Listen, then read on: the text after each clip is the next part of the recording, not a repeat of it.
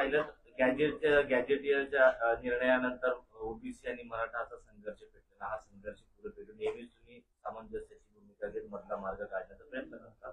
आता या परिस्थितीमध्ये तुम्हाला वातावरण कसं वाटतं?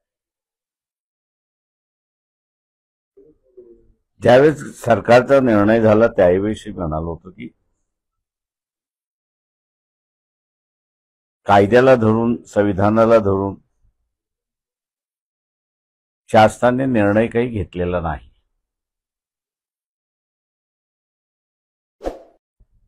अगोदरही आम्ही असताना भूमिका अशी घेतली होती की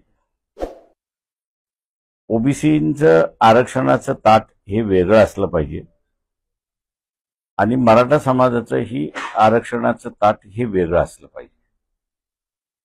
या दोघांना एकत्र करता येणार नाही आणि तो आता माझ्या अंदाजानं याच मुंबई बेंच औरंगाबाद खंडपीठ जे आहे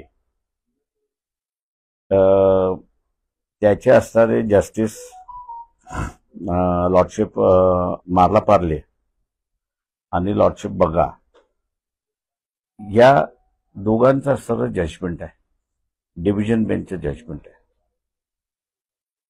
त्या डिव्हिजन बेंचच्या जजमेंटमध्ये हाच इश्यू होता की सर्व मराठा समाजाला ओबीसी म्हणून संबोधता येतं का. तेव्हा निर्णय असा देण्यात आला की सर्व मराठा समाजाला ओबीसी म्हणून संबोधता येत नाही. या निर्णयावरती अपील सुप्रीम कोर्टामध्ये करण्यात आलं आणि सुप्रीम कोर्टाने या निर्णयामध्ये तसूभरही बदल केला नाही आणि सर्व मराठ्यांना ओबीसी मानता येणार नाही हा जो निर्णय होता हायकोर्टाचा त्याला त्यांनी असताना शिक्कामोर्तब केला. अशी असणारी परिस्थिती आहे.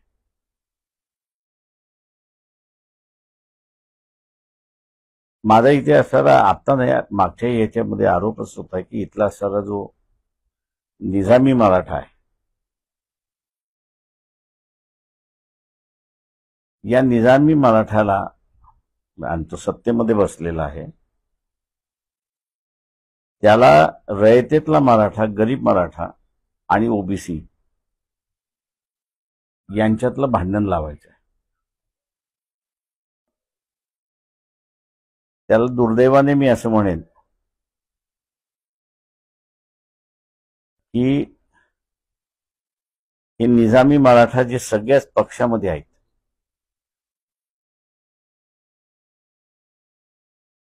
त्यांनी जे मागच्या काही दिवसापूर्वी आंदोलन झालं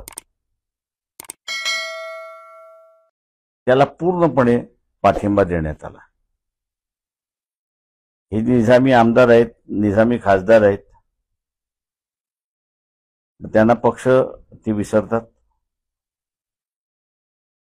आता आपल्याला संधी मिळालेली आहे ओबीसी आणि मराठा समाज याच्यात भांडणं लावण्याची.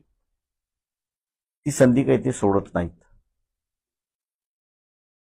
आणि दुर्दैवाने आता आपण बघितलं असेल की ओबीसी समाज सुद्धा रस्त्यावरती उतरलेला आहे आणि शासनाने घेतलेली ही जी भूमिका आहे की सर्वच मराठा ओबीसी सर्वच मराठा कुणबी आहेत अशी जी भूमिका घेतली आहे त्याला पूर्णपणे विरोध करतोय आणि आमच्या 27% आम्ही मतदान द्या, आम्ही आमच्यातला वाटा देणार नाही अशी भूमिका त्यांनी घेतलेली आहे. इथे मी असं म्हणेन की भारतीय जनता पक्षाने एका दगडामध्ये अनेक पक्षी मारले आणि स्वतःच्या पक्षाची असणारी जी भूमिका आहे की आरक्षण असूच नाही याच्याबद्दल गोंधळ घालायला सुरुवात केली आहे.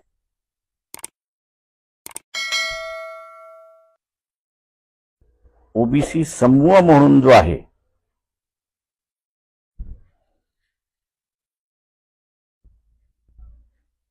यांनी आता लक्षात घेतलं पाहिजे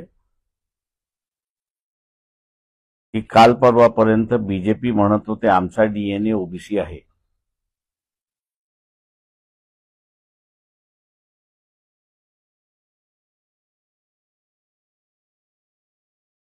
मुळात शत्रू नंबर 1 ओबीसीचं कोण,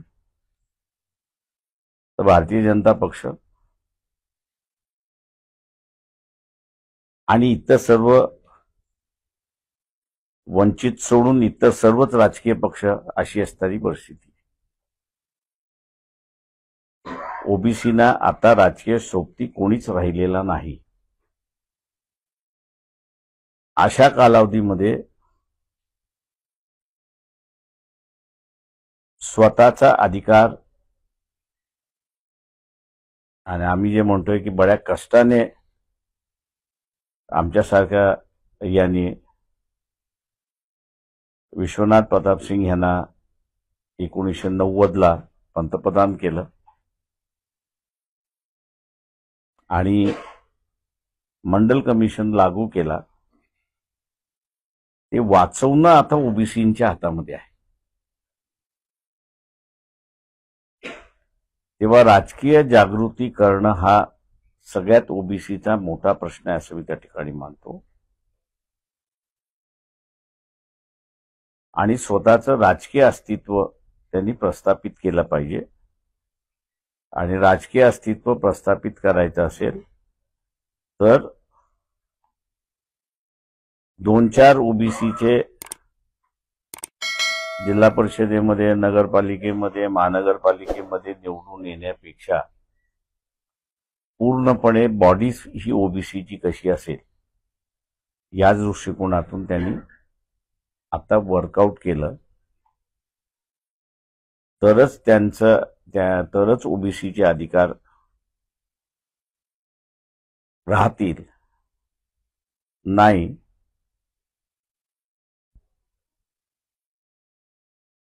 तर स्वतःकडे हा जो निजामी मराठा सत्तेमध्ये बसलेला जो आहे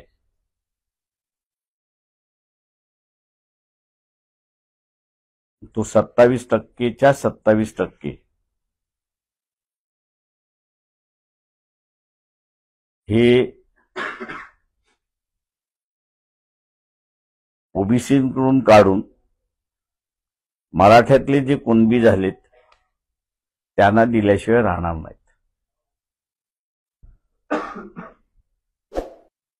हा धोका ओबीसीनी लक्षात घ्यावा. मग ते शिक्षण क्षेत्रामधलं असेल, ते राजकीय क्षेत्रामधलं असेल किंवा ते सर्व्हिस सेक्टरमधलं असेल.